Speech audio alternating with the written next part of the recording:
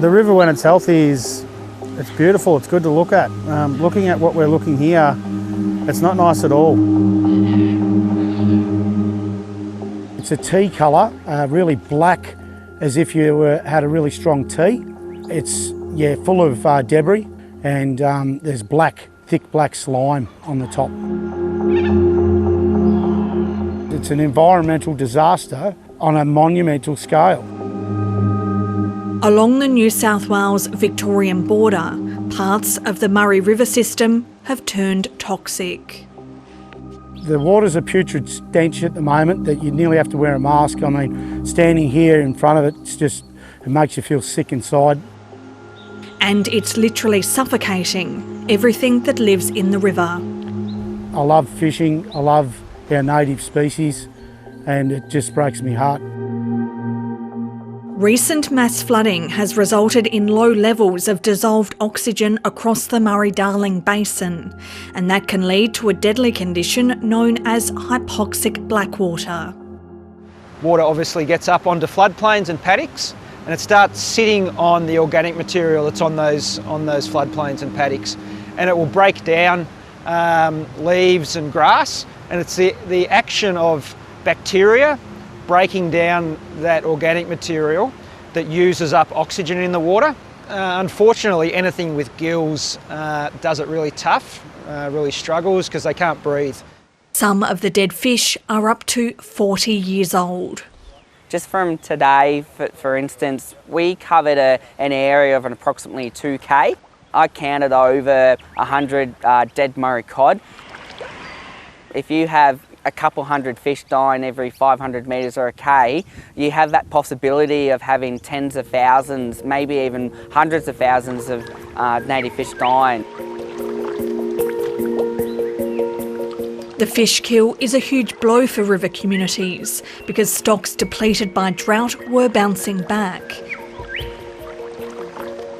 More than 1 million fish were estimated to have died across the Murray-Darling Basin during the big dry. Our rivers have just come very good fishing. It was good for all our communities and families and that, and just to see it disappear over a week, it's devastating. Where we've had low rivers and low water allocations, and then we finally get our river systems running, and then we get a fish kill like this. It's just a big kick in the guts. Farmers like Jack Spinks and Josh Standen from Kylite find the situation confronting. Fish desperately seeking refuge are ending up out of the water.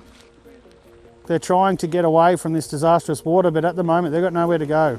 E. coli, chemicals such as PFAS and pesticides have been detected at levels not considered harmful. But Victoria's Environmental Authority is recommending people not swim or eat fish from contaminated waters. We shower in this water, and looking at what's next to me here, I wouldn't put my worst enemy under a shower.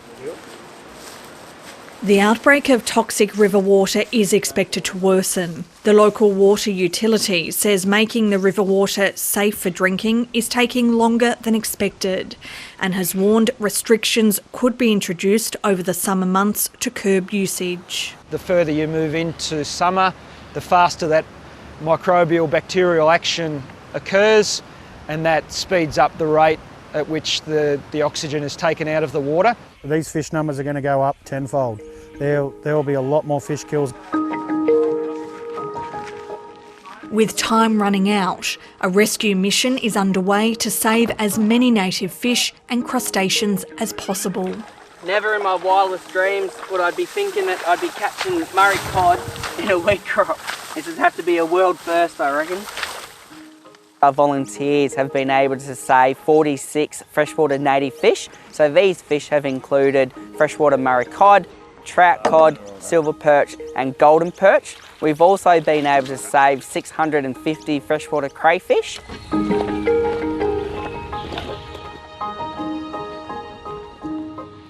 The rescued fish are being taken to an aquaculture facility in Mildura and will be returned to the river once it's safe.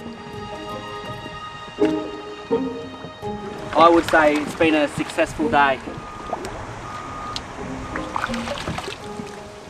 As floodwaters move downstream, it's feared South Australia will also face a mass fish kill.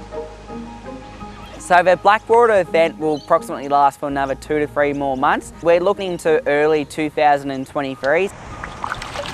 We aim to continue these rescue missions for as long as it takes to save as many fish as we possibly can.